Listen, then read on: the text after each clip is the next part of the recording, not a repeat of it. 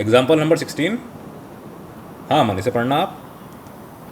The set A union B union C and A and B comma and C comma and C comma is equals to देखो option A. आपने इसको जो comma पढ़ा ये comma गलत है, ये है डैश। ओके, अच्छा, कॉम्प्लीमेंट बी डैश। ओके, ठीक ओके, है, पर कॉमा नहीं है। और ओके, उसके बाद आखिरी वाला आपका था and C dash. and C dash. अब इसको पढ़ना थोड़ा सा खुद में एक चैलेंज है, क्योंकि दो टर्म्स आपके ऐसे आ रहे हैं जो as a Yes, whole sir. Parenthesis में है, ब्रैकेट में है। तो इसको देखकर ही आप समझ सकते हो। अब मेरा Yes, आपसे sir. सवाल ये है इस क्वेश्चन में कि आपने एक जगह होल डैश देखा, एक जगह डैश इंटरसेक्शन डैश देखा, है ना। Yes, दो सेट्स का कॉम्प्लीमेंट, उनका इंटरसेक्शन और as a whole complement.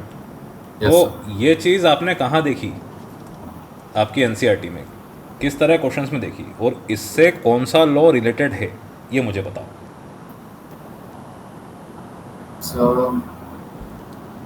So, commutative law. नहीं नहीं, इसके पीछे है आपका D Morgan's law, Okay, yes, sir. De Morgan's law. जो कि क्या होता है, X union Y whole dash is equals to X dash Dash intersection and Y Y dash, dash. या फिर X and Y whole dash is equals to X dash union Y Union dash. Y dash. Any doubt? No, sir. ये आपने पढ़ा है। Yes, sir. तो ये चीज़ को किस तरह से यूज़ करना है ये आपका क्वेश्चन है। Okay, sir. यही क्वेश्चन है, इसके अलावा कुछ भी नहीं है इसमें।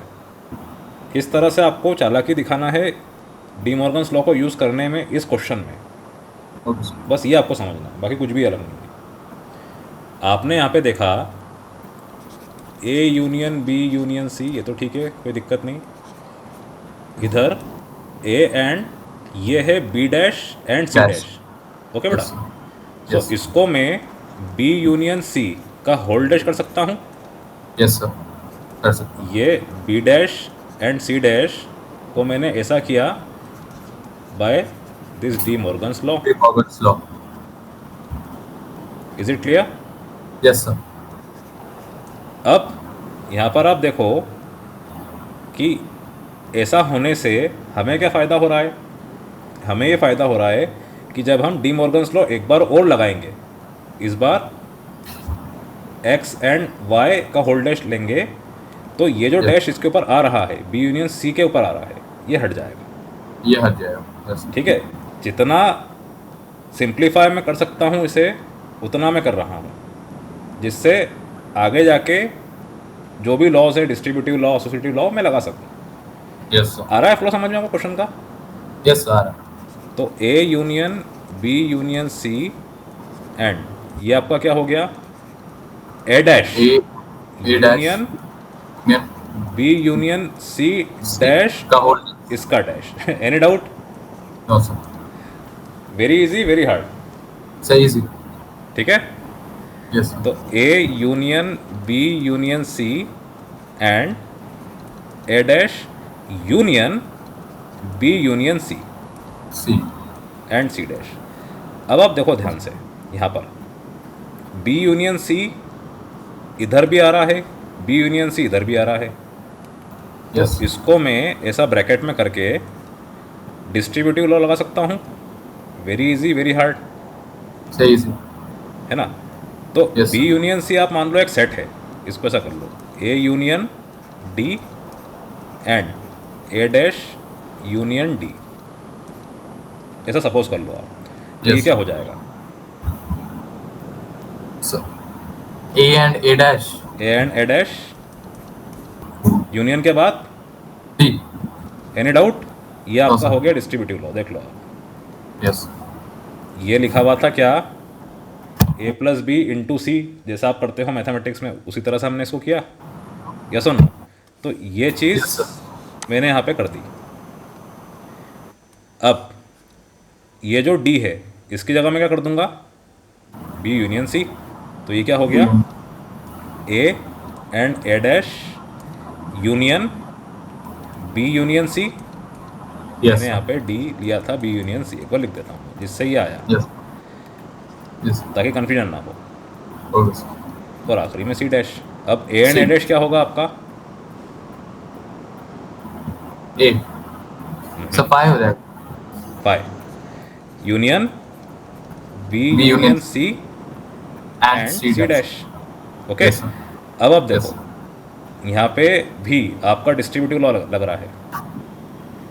जिस तरह से आपने यहाँ पे डिस्ट्रीब्यूटिव लॉ लगाया, Yes, sir. इधर आपको डिस्ट्रीब्यूटिव लॉ इस तरह से लगाना है कि एक्सपांड हो जाए। Okay, sir. तो ये क्या होगा? फाइव तो चला गया, कोई दिक्कत नहीं, फाइव यूनियन ये होगा तो ये आ जाएगा। हाँ, तो कैसे लगाओगे डिस्ट्रीब्यूटिव लॉ आप? So, B and C union C. B and C dash Yes. Union. B and C union C C and C and C dash. तो B and C dash union five. Five. So B and C dash, क्योंकि union of five वही set होता है। ठीक है, एक बार Yes, ये भी sir. लिख देता हूँ मैं, कन्फ्यूजन ना रहे आपको। Okay, sir. X union five is equals to X, where X भी एनी सेट। कुछ भी डाउट हो, समझ में नहीं आ रहा हो, feel free to ask. No, sir. No, no. Sir. ठीक, एक बार और समझ लो उसको आप, क्या करना था इसके अंदर। डी मॉर्गन्स लॉ, ये आपने पढ़ा था एनसीईआरटी में, ऐसा होता है। Yes, sir. D Morgan's law आपको लगाना था दो जगह। पहले ब्रैकेट के अंदर जो चीज़ें थी वहाँ पे आपको मिल रहा था क्या? B dash and C dash. तो इसको आपने कैसा करा? बी यूनियन सी का होल डैश। क्यों? Holder. क्योंकि दूसरी बार जब आप ये लगाओगे डी मॉर्गन्स लॉ, तो डैश और डैश क्या कर देंगे? एक दूसरे को कैंसिल कर देंगे, दूसरे को आपको कर मिलेगा बी यूनियन सी। उसके Yes, sir. बाद बी यूनियन सी आपको दो जगह मिला, तो आपने क्या लगाया? Distributive law. Distributive law. थोड़ा सा आसान करने के लिए हमने बी यूनियन सी को ले लिया D. So A union Yes. D and A dash union D. तो ये क्या हो गया bye distributive law? A and A A dash dash. Union D. अब डी की जगह Yes. मैंने पुट किया तो ये आ गया, और साथ में था सी डैश। तो डिस्ट्रीब्यूटिव Yes. लॉ से ये हो गया। उसके बाद ए एंड ए डैश आपका फाइव होता है। Five union of any set क्या होता है? That set itself. So B Yes, sir. Union C and C dash आपको मिला अकेला। एक बार फिर Yes. आपने लगा दिया डिस्ट्रीब्यूटिव लॉ यहाँ पर। तो क्या मिला आपको फिर? B and C dash union five again. Yes, sir. Five का union with any set, that set itself. So ये इसका आंसर होगा। ये क्वेश्चन आपका 3 से 5 मार्क्स में आ सकता है, वेरी इंपॉर्टेंट। कर लीजिए नोट डाउन प्लीज़।